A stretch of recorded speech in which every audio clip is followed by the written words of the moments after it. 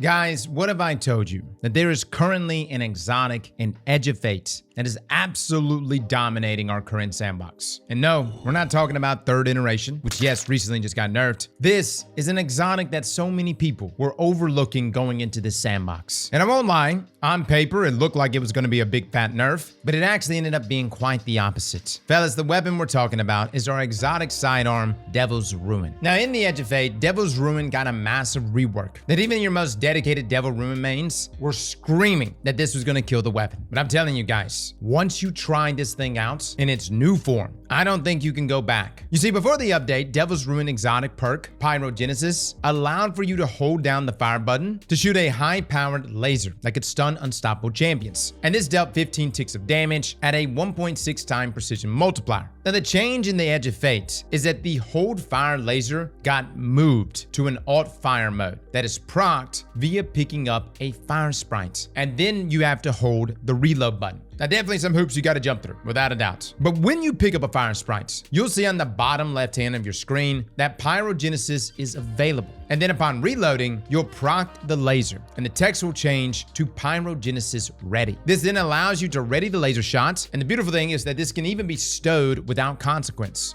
It's not as if you lose the charge. You can put it in, pull it back out, and you good, fellas. You good. Hold up. Wait a minute.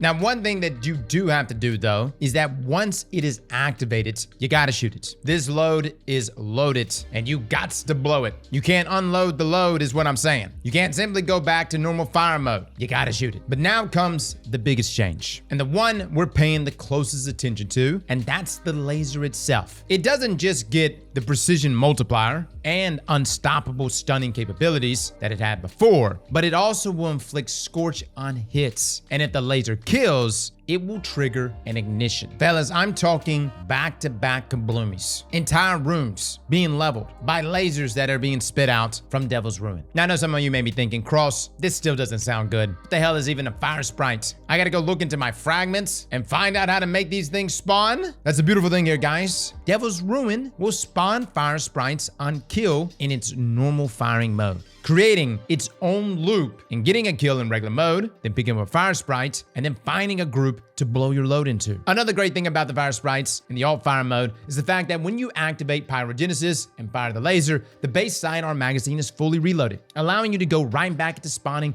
another fire sprite after use. Now, if you want, you can also create fire sprites via your solar fragments or your favorite solar build, which we'll talk about in just a moment. But just know that those fire sprites from Devil's Ruin kills are usually enough to get the ball rolling, even with the cooldown of 5 seconds, especially when we get into our artifact mod Synergies. Now, one artifact mod that you'll definitely want to be using with Devil's Ruin is the third column mod Fever and Chill. It says that rapid precision hits with the solar weapon grant Radiance. Rapid precision hits with Stasis weapon grants Frost armor. Now, this is great in the case of Devil's Ruin, as it's a solar sidearm, and you can hit those crits pretty fast, considering it's a 300 round per minute sidearm and shoots 2 shots per trigger pull. This allows Devil Ruin to proc Radiant within 6 consecutive precision hits. Now, this ties directly into our 5th column artifact mod, Radiant Shrapnel. The artifact mod says that dealing sustained weapon damage while radiant or defeating a scorched combatant with the weapon causes the target to release solar projectiles that deal damage and scorch on impact. Now, this leads to even more solar explosions and more scorch, along with some easy passive ad clearing.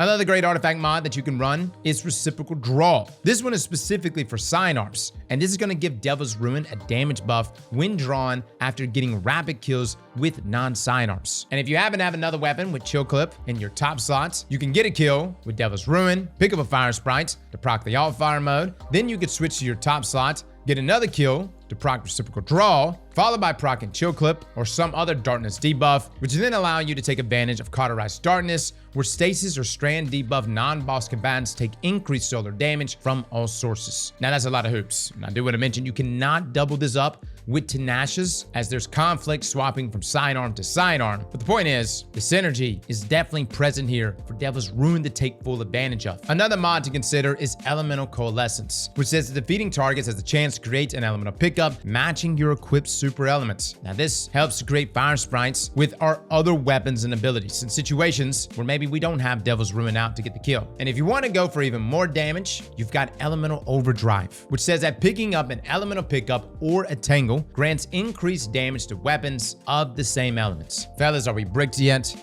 Now this thing is absolutely a powerhouse. It absolutely melts miners with ease, even in in-game content. It also gets the 10% damage buff for being on the featured exotic list. It's able to clear entire groups of enemies with a single ignition with its alt-fire mode. And what's crazy is we haven't even talked armor synergies or class synergies. The artifact for this is just juice, guys. And if there's anything to take away from today's video, it's just use Devil's Ruin. The change here that Bungie has made has resulted in this exotic becoming one of the best exotics inside of PvE. Now, before we do touch on different builds that synergize well here, I do need to touch on a bug that's going on with Devil's Ruin. You see, Devil's Ruin here, the ignitions are only supposed to occur when the laser itself provides enough scorch stacks to ignite, or the laser gets the final blow on the enemy. The funny thing here is that you can apply scorch and ignite on kills with the normal fire mode if an enemy is suspended. You heard me right. Just by dealing damage to a suspended enemy, you can cause an ignition. Now keep in mind, this kill will not create a fire sprite like it does on enemies that aren't suspended, but it is still very viable, especially if you pair it with certain builds that result in non-stop suspends. That in tandem with Devil's Ruin is a disgusting combination. Now I'm assuming this is a bug. Considering the long list of bugs Bungie has to deal with right now, by no means do I think this is game-breaking. At the same time, it could just become a feature. We've had hidden perks and synergies in the game before. Look at Bad Juju's explosions on kills, or Witherhoard having the ability to buff malfeasance. This would be a fantastic feature for Bungie to include into the exotic itself. And for my folks out there rocking suspend-based builds, maybe you're on Prismatic, this right here, baby. This is some nasty stuff. Now, we talked about the weapon itself, though. Let's talk about the different pairings. First up, for my solar subclass users. Fragments like Ember of Ashes for the increased scorch stacks and Ember of Char for the application of scorch to enemies damaged by the ignition explosion are just too good. Both of those are must-haves. Now, if you want to take advantage of suspending ignitions, you can either run Prismatic or you can just run Strand. You can do a Shackle Grenade, or you can even go a step further and fully spec into aspects with things like the Wanderer aspect on Warlock, Drinker's Lash on Titan, or even Ensnaring Slam on Hunter. Granted, by the time you're watching this video, maybe this bug gets addressed. So if you don't see free ignitions happening in front of you with the normal fire mode on Devil's Ruin, it's a good chance it's already been dealt with. Now, in terms of the exotics that pair with Devil's Ruin, though, I'm going to start with the best class here, Titan. We actually have a few exotics that we could take advantage of. First, we have Path of Burning Steps. This was another exotic that got a rework in Edge of Fate. And essentially, the damage buff it provides to our solar weapons and ignitions is now tied to the level of Roaring Flames. But it can also be stacked with weapon surge mods. Now, what this lets us do is boost our damage of Devil's Ruin even more, allowing us to boost the damage of those ignitions that we're going to be constantly proccing. The one downside to this, though, is that the ignitions themselves are supposed to grant us stacks of Roaring Flames when getting kills. But at least at the time of this recording, it's currently not working. I wish it was, guys. This would push Path even higher, as the ignitions from Devil's Ruin would keep us at a constant 3-stack uptime. But currently in in-game, you have to keep your stacks up via ability kills. It's not necessarily horrible, but definitely not optimal, and hopefully this gets fixed very soon. As a quick reference, in our testing here on Carl,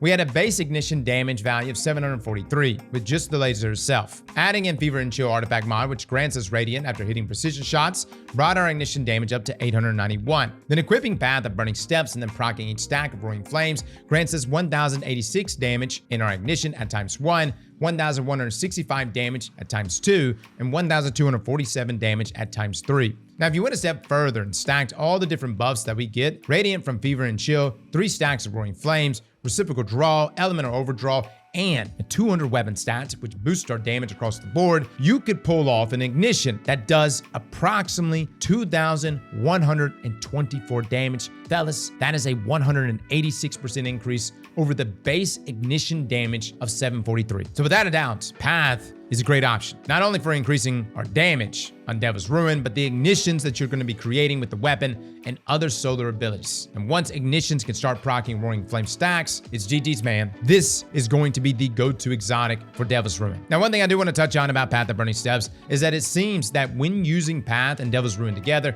Path ignition damage is scaled even further because Devil's Ruin is a featured exotic, which means it is granted a 10% buff. And because of this, when you create an ignition with Devil's Ruin, that ignition damage damage also is scaled by 10%, along with receiving the additional buff from Path of Burning Steps and Roaring Flames, depending on your stat count, of course, making this combination an even better match. Now, staying on solar, another amazing option is Ashen Wake. This is an exotic that revolves around our fusion grenades, allowing them to detonate on impact and grant grenade energy on kills. 25% for rank and file enemies, 50% for elites, and 100% for mini bosses and bosses. Now, the kicker with this one, though, is that our fire sprites grant us 12.5% grenade energy on pickup, creating a loop of fire sprites buffing our sidearm while also giving us grenade energy so that we can spam our enhanced fusionates. On top of that, if we run this with Sol Invictus, every time we walk through a sunspot and grant ourselves the Sol Invictus buff, we'll be giving ourselves an additional 100% grenade regeneration rates. And this turns us into a high damage grenade spamming beast, along with all the benefits of using Devil's Ruin. I highly recommend this one, guys. Now, moving on to taking advantage of that Suspend Bug.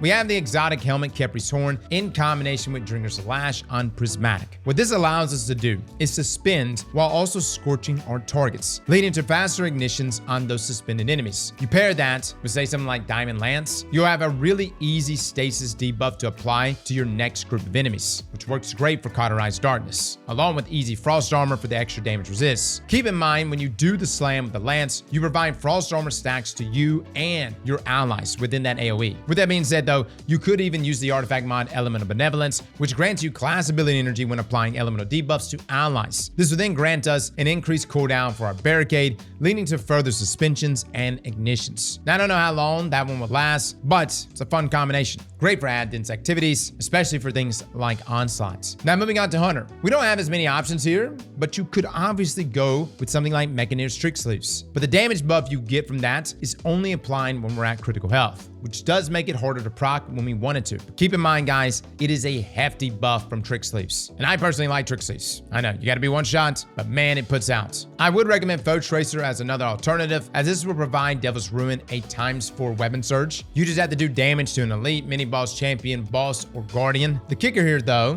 is the fact that when we do the ability damage, we'll mark that target, and when we kill that highlighted enemy, it will spawn a fire sprite. And this allows for the possibility of getting fire sprite spawn off of the laser kill instead of just the normal fire mode, further helping with the laser ignition loop, with those shots being buffed when you have the ×4 weapon search, which takes us to our Warlocks. Now, you can go two routes. You can still do a Verity based build with Devil's Ruin, which is very good. But Starfire Protocol is back, baby, in a big way. There's a reason why you've been seeing multiple Warlocks running around with max discipline stats, planting Starfire fusion grenades all over the place. It does a hefty amount of damage. It takes advantage of many of our artifact mods, and it's perfect for Devil's Ruin. With Starfire now working from radiant damage and artifact mods like Fever and Chill, essentially giving us free radiance, this allows us to take advantage of Starfire at all times. Where while Radiant, we get 5% fusion grenade ability energy on weapon hits and 15% fusion grenade energy on kills. That's on top of having the 2 grenades to use. Along with that, every fire sprite that you're picking up is giving us 12.5% grenade energy, feeding into more fusion grenades. Mix some laser scorching ignitions into the mix, have on your best solar fragments. Fellas, you'll be clearing every portal activity in the game. Now, would I sacrifice weapon stats to buff my discipline stats? Probably in Starfire's case, yes, because discipline is just so good. The grenades are just so much damage. But for my other builds, I would probably go the route of a high weapon stat. Now, funny enough, I actually went inside of PvP, both in comp and in 6v6. And I was really surprised with the success I found with Devil's Ruin. Not that it wasn't ever a good sidearm. It definitely had its moments in the older sandbox. But considering that we can proc ignitions on Suspend, I was just suspending enemies with my ambient Khepri's Horn build. And fellas, it was working. Even inside a comp against good players, Devil's Ruin here was actually holding its own. Granted, it is a bit limited in its range, pretty much hitting its optimal time to kill up to 16 meters. But if you get the kill with the weapon, you can then pick up a fire sprite, giving you that super beam. And let me just say, this beam, despite it not being readily available, does surpass that of the beam we had in our previous sandbox. So So much so that you can actually achieve the kill at a max range of 40 meters with this beam, which is insane. Granted, it is hard to control, and we're testing in an environment where we're standing still, but in normal conditions, you can actually get the kill in 25 to 30 meters. Now, Ember of Ashes does allow for a bit of forgiveness by proccing that ignition earlier, which was really nice because if I can only get so many shots off on a target, but I couldn't finish them, even as they were running away, the ignition would proc and would kill them, and sometimes even give me the multi-kill. Now, before you ask, no, Elemental Overdrive from the artifact does not grant the damage buff inside of PvP. You'll see the buff proc, but it won't actually give you the 10% buff, or at least not what I'm seeing here. Regardless, Devil's Ruin is very good, both for PvE and PvP, and it's a featured weapon, which means you can bring it in all the playlists that requires featured weapons and armor. So that's it, guys. That is our review for Devil's Ruin. Let me know in the comments below what you think. We'll have a few builds going out for this one. There's just so many things that work well with Devil's Ruin this season. But I will say, guys, give it a go. Try it out. Pick up some fire sprites and go to Pound Town. Fellas and ladies, thank you all for coming and watching. And as always, Slap that like button like your mama told you right.